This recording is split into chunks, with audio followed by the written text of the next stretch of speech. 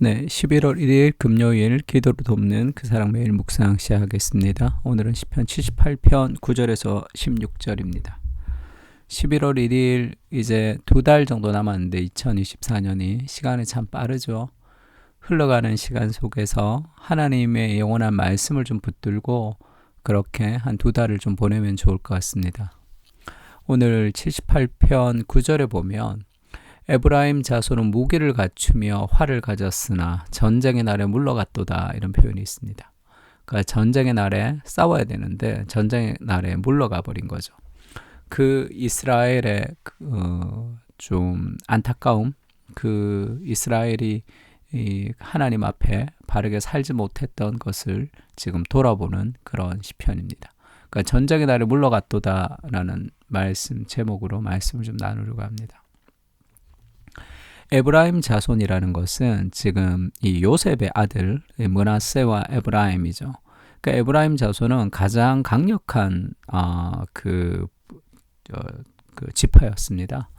사사기 때를 얘기하는 거죠. 에브라임이 거의 이제 가장 강력하고 가장 큰 지파였는데, 그래서 무기를 갖추며 활을 가졌지만 전쟁의 날에 물러갔죠. 왜 전쟁의 날에 물러갔냐 하면 하나님의 약속을 신뢰하지 못했기 때문에 그렇습니다.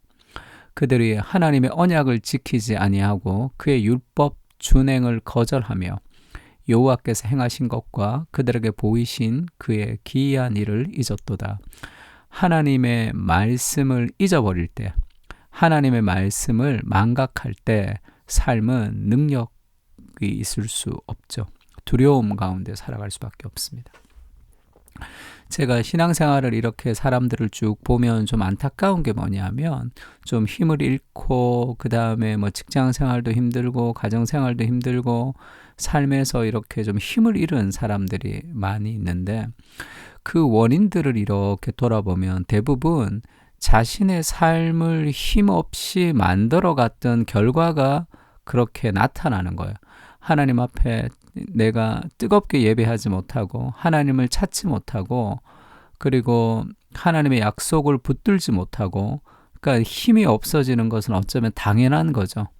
전쟁의 날에 그 무기를 갖추었지만 싸울 수 있는 힘은 하나님의 약속에서 오는 겁니다. 그러니까 이찬수 목사님 그런 설교를 한번 들은 적이 있는데, 기도가 없을 때 하나님과 추억이 없게 되는 거죠. 그러면 신앙생활에서 기쁨이라는 것이 존재하지 않는다, 이렇게 얘기했어요. 신앙의 기쁨이라는 건 하나님과의 추억 가운데 있는 거죠. 그러니까 운동하지 않으면 근육에 힘이 빠지듯이 영적으로도 마찬가지입니다. 영적으로 내가 처한 삶의 환경은 내가 심었던 삶의 결과인 경우가 많아요. 그래서 하나님의 말씀을 잊어버릴 때 결국 그것이 방사능 쬐듯이 죄는 점점 노출이 되면서 결국은 우리를 무너뜨리게 되는 거예요. 하루아침에 이루어지는 일 아닙니다. 그러니까 에브라임이 전쟁의 날에 물러가 버린 거죠.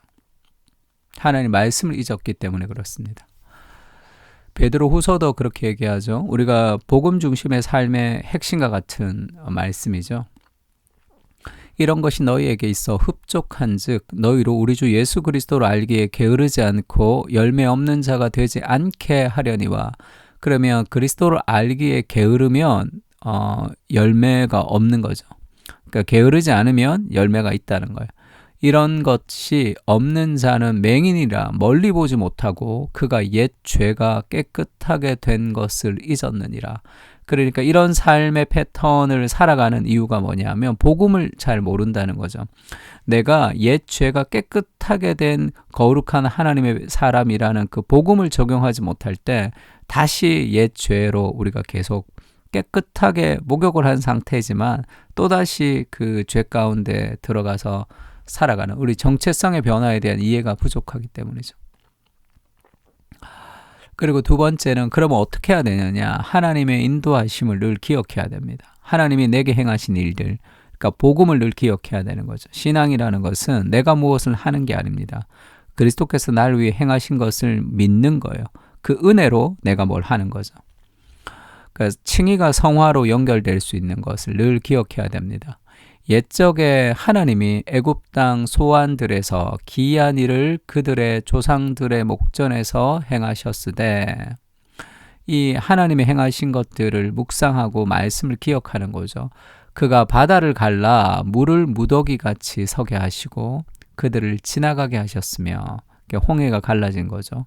낮에는 구름으로 밤에는 불빛으로 인도하셨으며, 광야에서 반석을 쪼개시고 매우 깊은 곳에서 나오는 물처럼 흡족하게 마시게 하셨으며, 또 바위에서 시내를 내사 물이 강같이 흐르게 하셨으나, 하나님이 행하신 그 일들이죠. 그것을 기억해야 됩니다. 그것을 붙들어야 되는 거예요. 그것을 묵상해야 됩니다. 그래서 적용해야 돼. 하나님이 어떤 분이신지, 그리고 우리의 인생을 어떻게 인도하셨는지 계속 하나님의 말씀을 적용할 때 현실에 눈에 보이는 내 생각과 내 감정을 따르지 않을 수가 있는 거죠. 하나님이 어떤 분이시냐? 이사야서는 이렇게 얘기합니다. 오직 시온이 이르기를 여호와께서 나를 버리시며 주께서 나를 잊으셨다 하였거니와, 그러니까 하나님 나를 버리셨다, 나를 잊으셨다. 이건 자신의 감정일 뿐이죠. 그 감정을 왜 믿습니까? 여인이 어찌 그 젖먹는 자식을 잊겠으며 자기 태에서 난 아들을 긍휼히 여기지 않겠느냐? 그들은 혹시 잊을지라도 나는 너를 잊지 아니할 것이라. 내가 너를 내 손바닥에 새겼고 너의 성벽이 항상 내 앞에 있나니. 하나님이 젖먹는 아이를 엄마가 잊어버리지 않는 것처럼 하나님이 우리를 잊지 않는다. 혹시 인간 엄마는 그들을 잊을지 모르지만 나는 너를 잊지 않고 너를 하나님의 손바닥에 새겼다. 항상 너의 성벽이 내 앞에 있다. 그게 하나님이 우리를 보시는 거죠. 그런 하나님의 사랑을 깊이 기억해야 됩니다. 눈앞에 보이는 현실로 하나님을 판단하는 것이 아니라 그 말씀을 가지고 현실에 적용해야 되는 거죠. 그리스도께서 우리를 위해서 어떤 일을 행하셨는지를 기억할 때 우리가 그 불안한 환경 속에서도 우리가 전쟁할 수도 있고, 또 하나님을 기억하면서 우리가 순종할 수도 있습니다. 우리는 낮에 속하였으니 정신을 차리고 믿음과 사랑의 호심경을 붙이고, 가슴에 붙이는 방어막이죠. 구원의 소망의 투구를 쓰자. 하나님이 우리를 세우시면 노하심에 이르게 하심이 아니요 오직 우리 주 예수 그리스도 말미암아 구원을 받게 하심이라.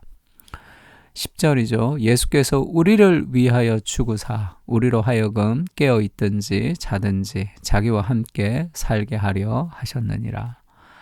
그리스도께서 우리를 위하여 죽으셨습니다. 그래서 우리가 살든지 죽든지 우리와 함께 있고 싶어 하시는 그리스도의 마음이 있는 거죠.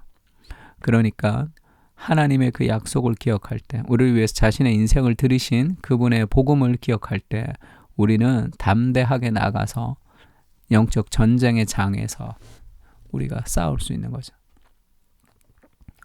두려움에 압도되어서 전쟁의 날에 물러간 에브라임처럼 살지 않게 하시고, 하나님이 우리와 함께 하심을 기억하며 믿음으로 담대하게 걸어가게 하옵소서. 환경과 감정을 넘어 말씀을 붙들게 하시고 수많은 삶의 장애물을 뛰어넘는 은혜를 허락해 주시옵소서. 주님이 행하신 일들을 기억하며 복음을 적용하게 하시고 주와 함께 담대히 뛰어가는 열정의 사람들이 되게 하여 주시옵소서. 우리도 우리가 해야 할 하나님의 나라에 거룩한 사명이 있음을 기억합니다. 날마다 복음을 기억하게 하옵소서. 아멘. 우리 이 시편을 가지고 또 함께 좀 기도했으면 좋겠습니다. 전쟁의 날에 물러가지 않고 하나님의 사랑과 복음으로 믿음으로 싸우겠습니다. 그렇게 칭의가 성화와 연결되는 그런 시간이 되기를 기도합니다. 다 같이 기도하겠습니다.